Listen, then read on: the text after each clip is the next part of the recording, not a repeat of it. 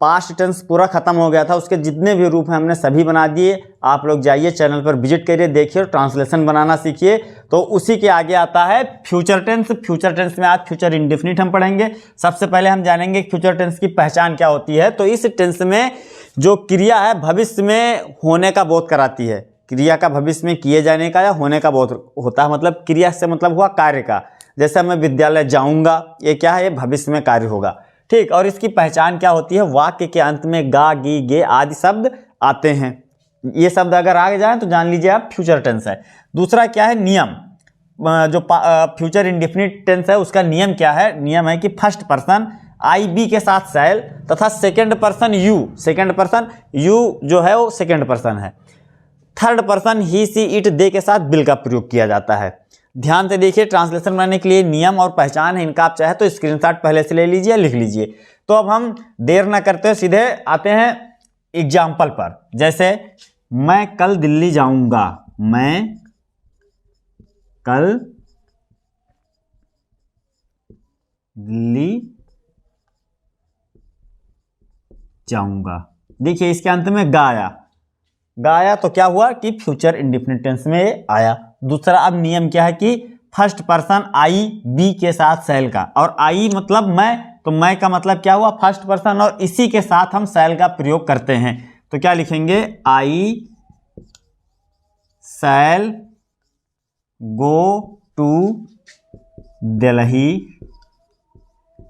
Tomorrow, I shall go to Delhi tomorrow, मैं कल दिल्ली जाऊंगा।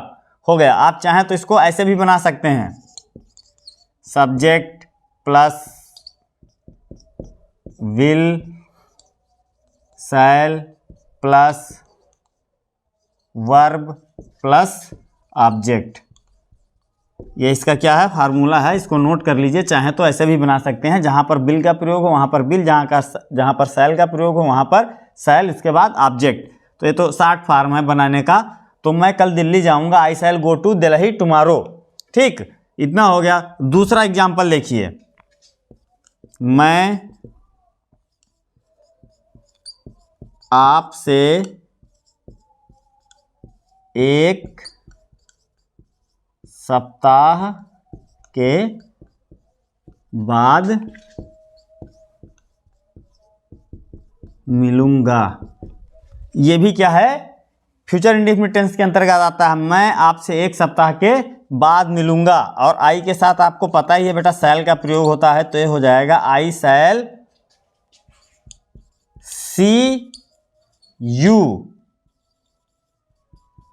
आफ्टर अ वीक, मैं आपसे एक सप्ताह के बाद मिलूंगा। तो ये फर्स्ट पर्सन के साथ शैल के एग्जाम्पल हो गए। आगे नेक्स्ट एग्जाम्पल देखिए, आप इतना स्क्रीनशॉट ले लीजिए। नेक्स्ट एग्जाम्पल हमने लिख रखा है, हरि इस वर्ष परीक्षा में उत्तीर्ण होगा, गा आखिरी में आया। और दूसरी बात अब हम यहाँ पर देखेंगे कि सब्जेक्ट जो है वो किस पर्सन में है। तो हरि थर्ड पर्सन है बेटा, थर्ड पर्सन के साथ बिल का प्रयोग। तो क्या हो जाएगा, Hari will pass the examination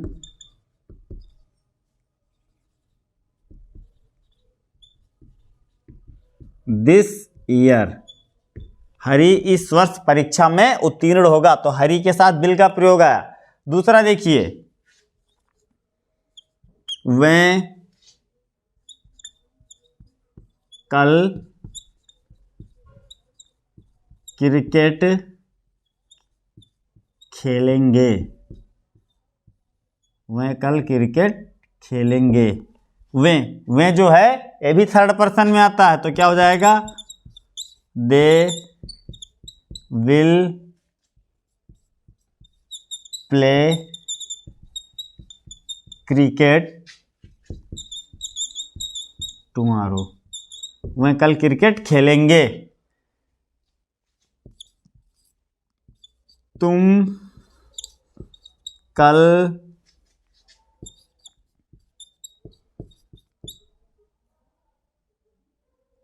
कल प्रयागराज नहीं जाओगे, तुम कल प्रयागराज नहीं जाओगे। तो तुम सेकंड पर्सन है और सेकंड पर्सन यू के साथ भी विल का प्रयोग किया जाता है। Second person you, third person he she it they के साथ विल का प्रयोग करते हैं। तो तुम कल प्रयागराज नहीं जाओगे तो इसका क्या होगा, you will not.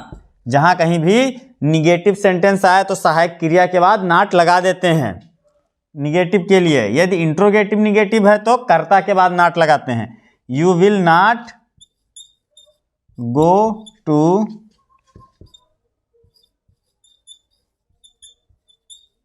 Prayagraj tomorrow. ये बन गया आपका you will not go to Prayagraj tomorrow. तो इसका अगर हमें निगेटिव बनाना है तो जो शैल और विल है, सहायक क्रिया शैल विल के बाद नॉट लगा दो, बस निगेटिव बन जाएगा। ज़्यादा कुछ जानने की ज़रूरत नहीं है, बस शैल और विल के बाद नॉट लगा दीजिए आप, आपका निगेटिव बन जाएगा। जैसे हरि इस वर्ष परीक्षा में उत्तीर्ण होगा, लिखकर आ जाए हरि इस वर्ष परीक्षा में उत्तीर्ण नहीं होगा, तो Hari will not pass the examination this year. तुरंत विल के बाद नॉट लगा दो, जैसे हमने यहाँ विल के बाद नॉट लगा दिया है। दे विल प्ले क्रिकेट टुमारो, वह कल क्रिकेट खेलेंगे, वह कल क्रिकेट नहीं खेलेंगे, तो they will not play cricket tomorrow. ये हो गया। अब देखिए इंट्रोगेटिव निगेटिव बनाना, इंट्रोगेटिव सेंटेंस को बनाना देखिए। जैसे यहाँ पर लिखा है, क्या मैं इस आम को खाऊंगा।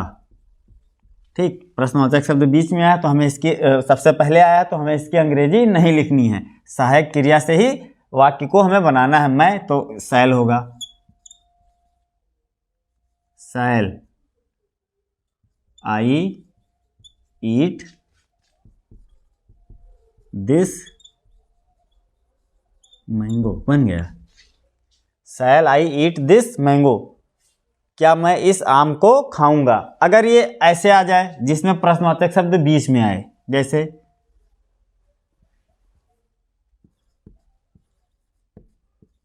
राधा क्या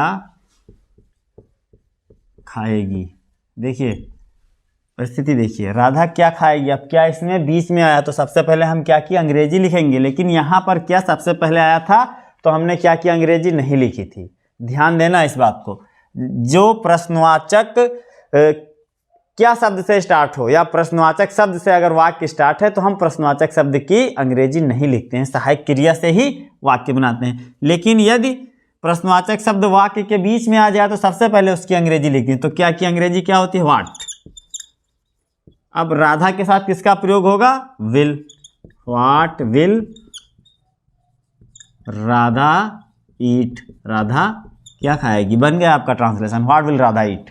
ठीक, तो ऐसे ही आप अभ्यास, जितना ज़्यादा अभ्यास करेंगे उतना ज़्यादा आपको ट्रांसलेशन बनाना आएगा। यदि आप अभ्यास नहीं करेंगे तो आपको ट्रांसलेशन बनाना नहीं आएगा। Practice makes you perfect. जो अभ्यास है वह आपको परफेक्ट बनाती है। व्हाट विल राधा ईट, राधा क्या खाएगी। आगे देखिए, क्या वह आज सिनेमा नहीं जाएगा। अब इसमें देखिए इंट्रोगेटिव निगेटिव दोनों हैं, तो हमने अभी क्या बताया, जब ऐसी स्थिति है जहां पर इंट्रोगेटिव भी हो निगेटिव भी हो तो निगेटिव बनाने के लिए हम सब्जेक्ट के बाद नॉट लगाते हैं। तो इसमें हम सब्जेक्ट के तुरंत बाद नॉट लगा देंगे। सेंटेंस आपका क्या है, क्या वह आज सिनेमा नहीं जाएगा। जो वाक्य प्रश्नवाचक शब्द से प्रारंभ है तो प्रश्नवाचक शब्द की अंग्रेजी नहीं लिखेंगे, हम देखेंगे कि सब्जेक्ट क्या है। तो सब्जेक्ट वह है और वह थर्ड पर्सन में आता है और थर्ड पर्सन के साथ विल का प्रयोग होता है। Will, will he. अब ही क्या है, सब्जेक्ट है, इसके तुरंत बाद नॉट लगा दो। Will he not, will he not go to the picture, will he not go to the picture today.